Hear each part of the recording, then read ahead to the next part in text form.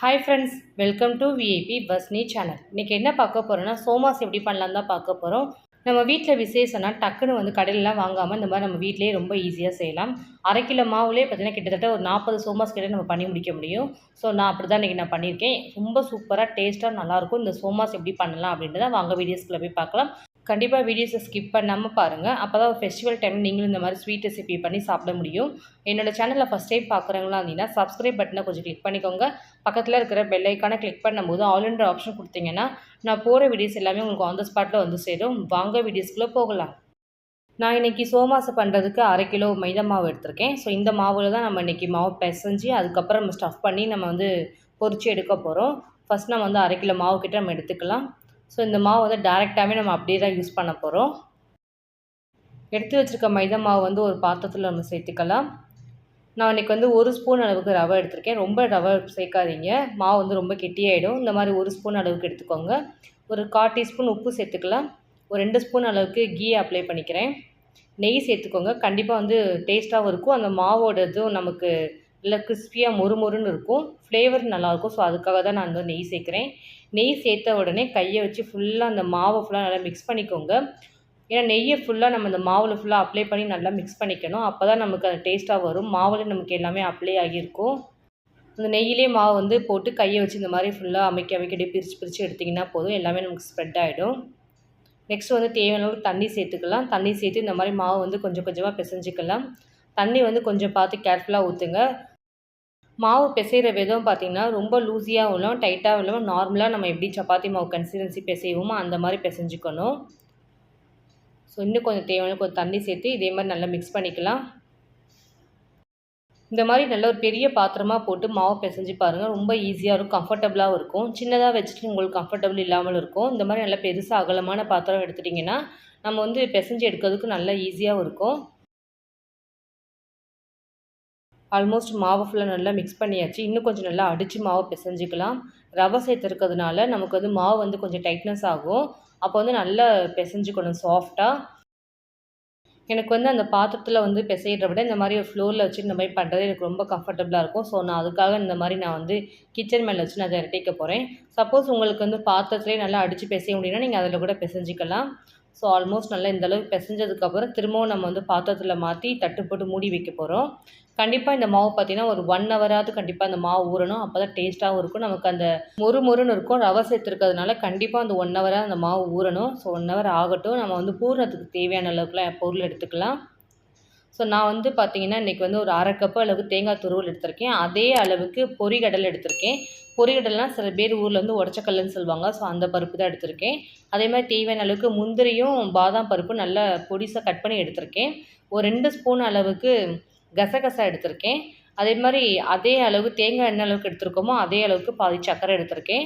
So இவ்வளோ தான் ingredients. நான் இந்த மாதிரி மெத்தடில் தான் நான் பண்ணுவேன். ஸோ நான் பண்ணுற மெத்தடில் உங்களுக்கு நான் ஒன்ஸ் காமிக்கிறேன், நீங்கள் பாருங்கள். ஸோ ஃபஸ்ட்டு நம்ம ஒரு பேன் நல்லா ஹீட் ஆகிட்டு நம்ம எடுத்து வச்சுக்க பொரிகளை ஃபஸ்ட் நம்ம வறுத்துக்கலாம். ரொம்ப வறுக்கணும் இல்லை, லைட்டாக ரோஸ்டட் ஆச்சுன்னா போதும். நமக்கு அதில் ஈரத்தன்மை கொஞ்சம் இருக்கும். அதே மாதிரி வறுத்து போட்டிங்கனாலும் டேஸ்ட் நல்லாயிருக்கும். ஸோ அந்த ஒரு கிறிஸ்பினஸோடு இருக்கும். ஸோ அதுக்காக தான் நம்ம வறுத்து சேர்க்குறோம். சில பேர் வந்து டேரெக்டாக கூட இதை சேர்ப்பாங்க, இல்லைன்னா ரொம்ப பவுட்ராக கூட சேர்ப்பாங்க. நான் வந்து இதை வந்து குறைன்னு அரைச்சிக்க போகிறேன் இந்த பொரிகடலையே. அடுப்பு ஃபுல்லாக ஸ்லோவில் வச்சுட்டு இந்த மாதிரி கரண்டியால் ஃபுல்லாக மிக்ஸ் பண்ணி விட்டிங்கன்னா நல்லா சீக்கிரமாக நமக்கு வறுத்து வந்துடும். அதேமாதிரி பேன் நல்லா ஹீட் ஆகினதுக்கப்புறம் இந்த மாதிரி சேர்த்து வருங்க, சீக்கிரம் நமக்கு வறுத்துடலாம். ஸோ ஆல்மோஸ்ட் வறுத்தாச்சு. இதை அப்படியே நம்ம வேறு பவுலில் ட்ரான்ஸ்ஃபர் பண்ணிடலாம். நெக்ஸ்ட்டு வந்து நான் கசகசா எடுத்துருக்கேன் 2 ஸ்பூன் கிட்ட, இதையும் சேர்த்துக்கலாம். கிட்டத்தட்ட பார்த்திங்கன்னா இந்த கசகசா வந்து 10 கிராம் அந்த மாதிரி இருக்கும் ரேஷியோ படி. ஸோ இதையும் கரண்டி வச்சு ஃபுல்லாக மிக்ஸ் பண்ணிக்கலாம். கண்டிப்பாக கசகசா போடுங்க, ரொம்ப நல்லது. வயிற்று புண்ணு எல்லாமே நமக்கு ஆற்றி கொடுக்கும், நல்லது உடம்புக்கும் கூட. நான் மேக்ஸிமம் அந்த மாதிரி கசகசா போட்டு தான் செய்வேன். நிறைய பேர் வந்து கசகசா அவாய்ட் பண்ணிவிடுவாங்க. ஸோ அந்த மாதிரி பண்ணாதீங்க. ஸ்வீட் ரெசிபியோடு இந்த கசகசா சாப்பிடும்போது டேஸ்ட் நல்லாயிருக்கும். ஸோ இதையுமே அடுப்பை ஃபுல்லாக ஸ்லோ பண்ணிவிட்டு நம்ம நல்லா வறுத்துக்கணும். இதுவுமே லைட்டாக கலர் சேஞ்ச் ஆகும்போது நம்ம ஸ்டவ்வை ஆஃப் பண்ணிடணும். ஸோ இதை நம்ம அப்படியே வேறு ஒரு பவுலில் மாற்றிக்கலாம். நெக்ஸ்ட்டு வந்து அதே பேனில் ஒரு 2 ஸ்பூன் அளவு கீ சேர்த்துக்க போகிறேன். கீ சேர்த்துட்டு நம்ம எடுத்து வச்சுருக்க முந்திரி பாதாமும் நான் அந்த நெய்யிலே நல்லா வறுத்துக்க போகிறேன். இந்த மாதிரி வறுத்து போடுங்க, டேஸ்ட்டாகவும் இருக்கும், நல்லாயிருக்கும். எனக்கு வந்து இந்த மாதிரி பண்ணால் ரொம்ப பிடிக்கும். ஸோ நான் வந்து இந்த மாதிரி தான் நான் பண்ணுவேன் எங்கள் வீட்டில் எப்போவுமே. ஸோ அதனால் உங்களுக்கு நான் இதே மாதிரி பண்ணி காமிக்கிறேன். ஸோ முந்திரி பருப்பும் பாதாம் பருப்பும் போட்டு அந்த சோமாஸ் சாப்பிட்டீங்கன்னா இன்னும் டேஸ்ட்டும் சூப்பராக இருக்கும். ஸோ நல்லா வறுத்துக்கலாம். லைட்டாக ரோஸ்ட் ஆனோன்னா இதையும் நம்ம ட்ரான்ஸ்ஃபர் பண்ணிடலாம் வேறு ஒரு பவுலில். இந்த மாதிரி கட் பண்ணி போட்டுக்கோங்க சின்ன சின்ன பீசஸாக. அப்போ தான் நமக்கு கடிச்சு சாப்பிடும்போது நல்லாயிருக்கும். இதை வந்து கிரைண்ட் பண்ணிடாதீங்க. நமக்கு அதோட டேஸ்ட்டு அந்த ஃபீல் நமக்கு தெரியாமலே போயிடும். ஸோ நெக்ஸ்ட்டு வந்து நம்ம எடுத்து வச்சுருக்க 1/2 கப் அளவு தேங்காய் துருவல் சேர்த்துக்கலாம். அதே நெய்யிலே நம்ம இதையும் போட்டு நல்லா ட்ரையாக வறுத்துக்க போகிறோம். நிறைய பேர் வந்து நெய் இல்லாமல் வெறும் ட்ரையாக கூட வறுத்துக்குவாங்க. அந்த நெய் போட்டு வறுத்து பாருங்கள். சாப்பிடும்போது நமக்கு நெய்யோட ஃப்ளேவர் அந்த தேங்காயோட டேஸ்ட் இன்னும் சூப்பராக இருக்கும், வித்தியாசமாகவும் இருக்கும். வெறுதா வறுக்கிறத விட இந்த மாதிரி நெய் சேர்த்து வறுத்து சாப்பிட்டு பாருங்களேன், நீங்களே அந்த டேஸ்ட்டை மறக்கவே மாட்டீங்க. ஸோ இதையுமே நல்லா வறுத்துக்கலாம்.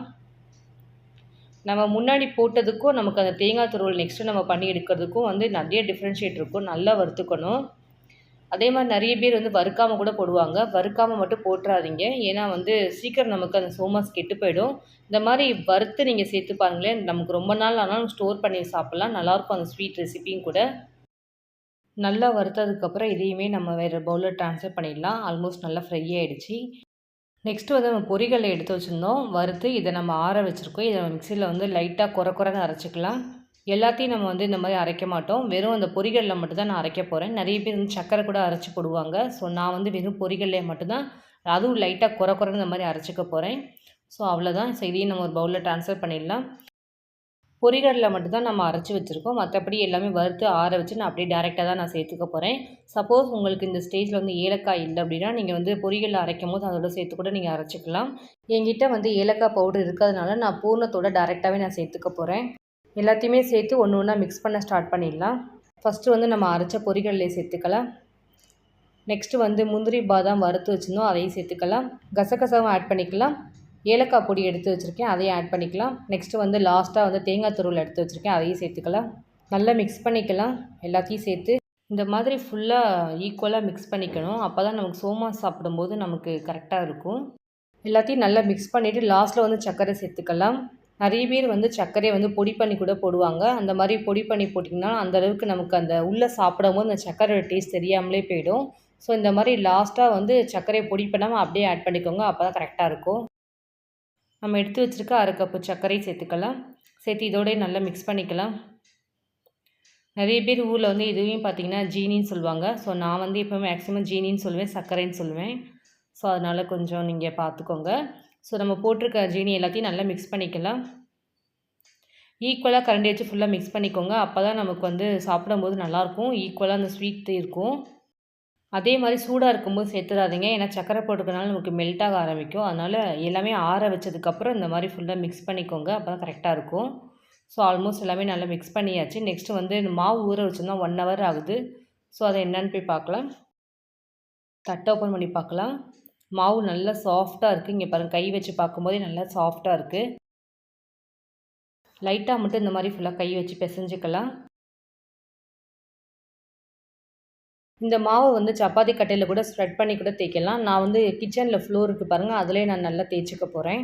ஸோ இந்த மாவு வந்து கொஞ்சம் கொஞ்சமாக நான் பிரிச்சுக்க போகிறேன். பிரித்து இதை நான் வந்து சப்பாத்தி மாவு மாதிரி நான் திரட்டிக்க போகிறேன். மாவை நல்லா உருண்டையாக்கிட்டு அந்த ஃப்ளோரில் நம்ம அப்படியே போட்டு சப்பாத்தி கட்டையை போட்டு நல்லா திரட்டிக்கணும். ரொம்ப தின்னாக திரட்டணும், ரொம்ப ஒல்லியாக இருக்கணும் அந்த மாவு பார்த்திங்கன்னா. அப்போ தான் நமக்கு அந்த பொரிச்சு எடுக்கும்போது நல்லா வெந்திருக்கும். இல்லைனா வந்து நமக்கு வேகாமல் இருக்க மாதிரி இருக்கும் உள்ளே ஃபுல்லாக. அதனால் நல்லா தின்னாக திரட்டிக்கோங்க. எவ்வளோ ஒல்லியாக திரட்ட முடியுமோ அவ்வளோ ஒல்லியாக திரட்டிக்கோங்க.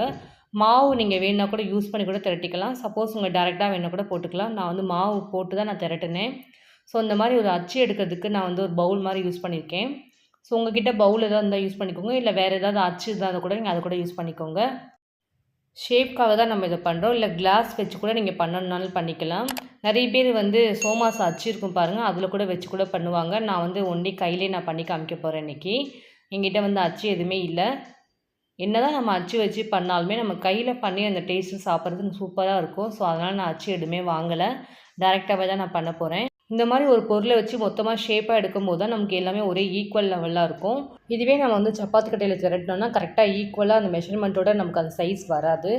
ஸோ நான் வந்து எடுத்து வச்சுருக்க மாவில் கொஞ்சம் கொஞ்சமாக ஒரு 1/2 டீஸ்பூன் அந்த மாதிரி நான் சேர்த்துக்க போகிறேன் பூர்ணத்தை ஃபுல்லாகவே. ஃபுல்லாக சேர்க்காதீங்க, கொஞ்சமாக லைட்டாக சேர்த்துக்கோங்க. ஏன்னா நமக்கு வந்து க்ளோஸ் பண்ணும்போது கொஞ்சம் கஷ்டமாக இருக்கும். மாவை சுற்றி வந்து நான் லைட்டாக தண்ணி வச்சு தொட்டுக்க போகிறேன். எதுக்காக தண்ணி தொட்டு ஃபுல்லாக ஸ்ப்ரெட் பண்ணுறேன்னா, அப்போ தான் நமக்கு கார்னர் ஃபுல்லாக நல்லா ஒட்டும். நம்ம க்ளோஸ் பண்ணி நம்ம எடுத்து பொரிச்சு எடுக்கும்போது நமக்கு வந்து பிரியாமல் இருக்கும். ஸோ இந்த மாதிரி தண்ணி தொட்டுட்டு ஃபுல்லாக நம்ம அழுத்தி விட்டுறணும் அந்த எல்லா கார்னர்லேயும். கண்டிப்பாக அந்த கார்னரை ஃபுல்லாக நல்லா அழுத்தி விட்டுருங்க. அப்போ தான் நமக்கு பிரியாமல் இருக்கும் பொரிச்சு எடுக்கும்போது. இருக்கிற எல்லாத்துலேயுமே நம்ம இதே மாதிரி வந்து தண்ணி தொட்டு ஃபுல்லாக நம்ம அதை க்ளோஸ் பண்ணி நம்ம எடுக்கணும்.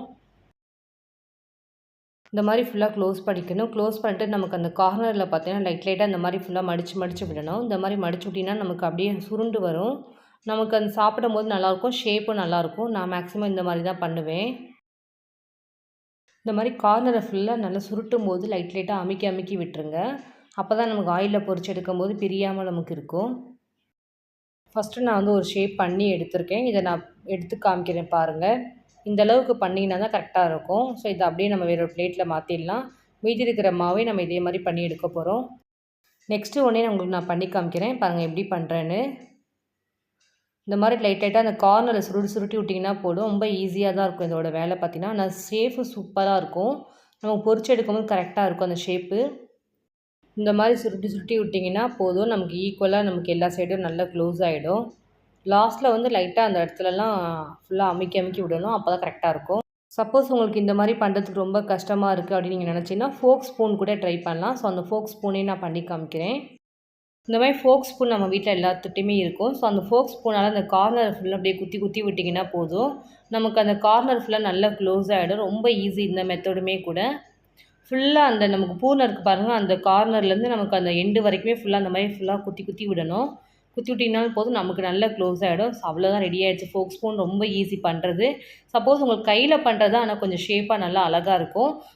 ஃபோக் ஸ்பூனில் பண்ணுறது நல்லாயிருக்கும். பட் அந்தளவுக்கு நமக்கு ஷேப்பாக பார்க்க அழகாக இருக்காது. ஸோ அதுக்காக தான் நான் சொன்னேன். நம்ம எடுத்து வச்சுக்க சோமாஸ் எல்லாம் இந்த ஆயிலில் போட்டு பொரிச்சு எடுத்துக்கலாம். ஃபஸ்ட்டு நம்ம வந்து பேனை வந்து நல்லா ஹீட் பண்ணிவிட்டு ஆயில் சேர்த்துக்கலாம். நிறையவே ஆயில் சேர்த்துக்கோங்க. அப்போ தான் நமக்கு நிறைய போட்டு பொரிச்சு எடுக்கிறது கொஞ்சம் ஈஸியாக இருக்கும். ஸோ ஆயில் நல்லா ஹீட் ஆனதுக்கப்புறம் நம்ம ஒன்று ஆயிலில் போட ஸ்டார்ட் பண்ணிடலாம். லைட்டாக வந்து கையில் வந்து அனல் மாதிரி அடிக்க ஆரம்பிக்கும். அப்படியே அடிச்சிச்சுன்னா நீங்கள் வந்து பொரிக்க ஸ்டார்ட் பண்ணிவிடுங்க. சப்போஸ் உங்களுக்கு இன்னும் அனல் அடிக்கலைன்னா ஒரு 5 நிமிஷம் கழிச்சு ஹீட் பண்ணிவிட்டு அப்புறம் கூட சேர்த்துக்கலாம். மேக்ஸிமம் வந்து ஆயில் நல்லா கொதிக்கணும். கொதிச்சதுக்கப்புறம் சேர்த்திங்கன்னா தான் நமக்கு நல்லா வெந்து வரும். நமக்கு அந்த சோமாஸ் உள்ளே இருக்கிறது எல்லாமே. மேக்ஸிமம் வந்து ஆயில் வந்து சேர்த்ததுக்கப்புறம் அடுப்பை ஃபுல்லாக ஹை ஃப்ளேமில் வைங்க. இந்த சோமாஸை சேர்த்ததுக்கப்புறம் அடுப்பை ஃபுல்லாக குறைச்சி வச்சிடணும். ஸ்லோ பண்ணிவிட்டு தான் நம்ம இந்த சோமாஸை ஃபுல்லாக பொரிக்கணும். ஹை ஃப்ளேமில் இருந்துச்சுன்னா நமக்கு வந்து சோமாஸ் மேலே ஃபுல்லாகவே நமக்கு நல்ல கலர் சேஞ்சர் ஆகிடும். ஆனால் உள்ளே வந்து மாவாக தான் இருக்கும், வேகவே வேகாது. அதனால் போடும்போது வந்து அடுப்பை ஃபுல்லாக ஸ்லோ பண்ணிவிட்டு அதுக்கப்புறம் சேர்க்க ஆரம்பிங்க. நமக்கு உள்ளே நல்லாவே வெந்துடும். ரொம்ப ஈஸியாகவும் இருக்கும். ஸோ வெந்ததுக்கப்புறம் இந்த மாதிரி கரண்டியை வச்சு மாற்றி திருப்பி விடுங்க. சீக்கிரம் வெந்துடும் நமக்கு. நல்லா ஃப்ரை ஆகிடுச்சு தெரிஞ்சுக்கணுன்னா, நம்ம போட்ட சோமாஸ் எல்லாமே மேலே வந்து ஆயிலில் வந்து நல்லா மிதங்க ஆரம்பிக்கும். அப்போ மிதங்கும் போது நம்ம வந்து கரண்டியால் ஃபுல்லாக ஆயில் ட்ரை பண்ணிட்டு நம்ம எடுத்து வேறு ஒரு பிளேட்டில் மாற்றிட வேண்டியதான். அதேமாதிரி கலர் நல்லா சேஞ்சர் ஆனோன்னு மாற்றிடுங்க. அப்போ தான் கரெக்டாக இருக்கும். ஸோ எல்லாமே வெந்துருச்சு. இதை அப்படியே நம்ம வேறு ஒரு பிளேட்டில் ட்ரான்ஸ்ஃபர் பண்ணிடலாம். ஸோ நெக்ஸ்ட்டு நான் வந்து இதே மாதிரி பண்ணி எடுத்து வச்சுருக்கேன் ஷேப்பாக. அது எல்லாத்தையுமே ஒன்றா சேர்த்து ஆயிலில் போட்டு பொரிச்சு எடுத்துக்கலாம். ஃபஸ்ட் டைம் போடும்போது நான் ஒரு 4 பீஸ் தான் போட்டேன். செகண்ட் டைம் வந்து நான் நிறையவே பண்ணி வச்சுருந்தேன். ஸோ அதனால் மொத்தமாக நான் சேர்த்துக்க போகிறேன். ஸோ போடும்போது கொஞ்சம் ஸ்லோவாக போடுங்க. அதேமாதிரி பொரிச்சு எடுக்கும்போது கொஞ்சம் கேர்ஃபுல்லாக பொரிச்சு எடுங்க. அப்போ தான் நமக்கு ஈக்குவலாக நல்லா வெந்து வரும். ஃபஸ்ட் ஹாஃப் நம்ம எப்படி பொரிச்சோமோ அதேமாதிரி தான் செகண்ட் ஹாஃப் ஒன்றா இந்த மாதிரி பொரிச்சு எடுக்க போகிறோம். இந்த மாதிரி கரண்டியால் அப்பப்போ லைட்டாக வெந்ததுக்கப்புறம் திருப்பி விடுங்க. அப்போ தான் ஒன் சைடு குக் ஆகாமல் ஈவனாக எல்லா சைடுமே நல்லா குக் ஆகும். செகண்ட் ஹாஃப் நல்லா வெந்துருச்சு. இதை நம்ம அப்படியே எடுத்து ஆயிலேருந்து ட்ரை பண்ணிவிட்டு வேறு ஒரு பிளேட்டில் ட்ரான்ஸ்ஃபர் பண்ணிடலாம். ஆயிலேருந்து ஃபுல்லாக ட்ரை பண்ணி எடுங்க. ஏன்னா ஆயில் வந்து இருந்துச்சுன்னா நமக்கு வந்து ஸ்டோர் பண்ணி சாப்பிட முடியாது. ரொம்ப ஆயிலாக இருக்கும். எல்லா சோமாஸையும் வேறு ஒரு பிளேட்டில் ட்ரான்ஸ்ஃபர் பண்ணிடலாம். எவ்வளோ குவான்டிட்டி வந்திருக்குன்னு பாருங்கள், காமிக்கிறேன். நான் இன்றைக்கி வந்து 1/2 கிலோ மாவு போட்டேன். 1/2 கிலோ மாவில் எனக்கு கிட்டத்தட்ட ஒரு 40 சோமாஸ் கிட்ட வந்துச்சு. ரொம்ப சூப்பராக இருந்துச்சு. டேஸ்ட்டும் நல்லா இருந்துச்சு. கண்டிப்பாக வந்து நீங்கள் ட்ரை பண்ணிங்கன்னா நீங்களே விடவே மாட்டீங்க. உங்கள் வீட்டில் விசேஷம்னா அடிக்கடி செய்வீங்க இந்த சோமாஸ் ரெசிப்பியை. நான் பண்ண சோமாஸை வந்து உங்களுக்கு உடச்சி காமிக்கிறேன். எவ்வளோ கிறிஸ்பினஸாக எப்படி இருக்குதுன்னு பாருங்கள். செம்மையாக இருக்குது. கண்டிப்பாக நீங்களே விடவே மாட்டீங்க இந்த டேஸ்ட்டு. இந்த கசகசெல்லாம் போட்டுக்கிறதுனால இன்னும் அந்த சோமாஸ் செம்ம டேஸ்ட்டாக இருக்கும்.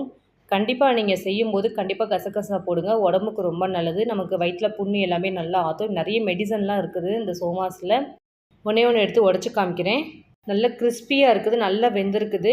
இன்றைக்கி என்னோடய ஸ்டைலில் உங்களுக்கு நான் சோமாஸ் எப்படி பண்ணலாம் நான் செஞ்சு காமிச்சிருக்கேன். கண்டிப்பாக உங்களுக்கு யூஸ்ஃபுல்லாக இருந்திருக்கும். நீங்கள் ட்ரை பண்ணி பார்த்துட்டு கமெண்ட் செக்ஷனில் எப்படி இருந்துச்சு சொல்லுங்கள். என்னோடய வீடியோஸ் உங்களுக்கு பிடிச்சிருந்துச்சுன்னா லைக் பண்ணுங்கள், ஷேர் பண்ணுங்கள், கமெண்ட் பண்ணுங்கள், சப்ஸ்கிரைப் பண்ணுங்கள். பக்கத்தில் இருக்கிற பெல் ஐக்கானை கிளிக் பண்ணிவிடுங்க. Thank you friends.